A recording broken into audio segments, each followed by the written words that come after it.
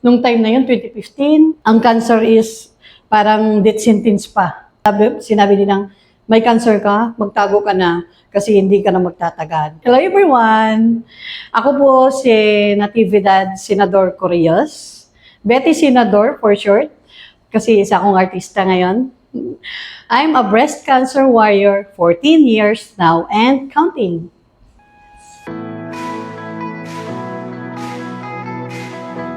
Nag-start po ang journey ko noong 2015. 10 years old pa lang ang anak ko. Lagi siyang katabi ko sa paghiga.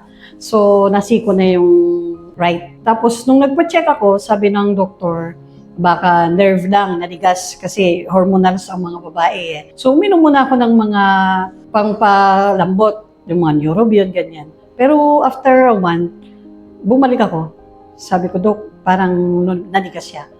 Ang sabi sa akin ng doktor, kailangan mo ulit mag-mammogram, ultrasound, din biopsy. Kasi malaki daw, hanggang doon sa ilalim, hindi nila makuha. Nung malaman yun, sinabi ng doktor sa akin, yun na ang pinaka-malungkot sa buhay ko nung sinabi niya na you have a breast cancer stage 3B.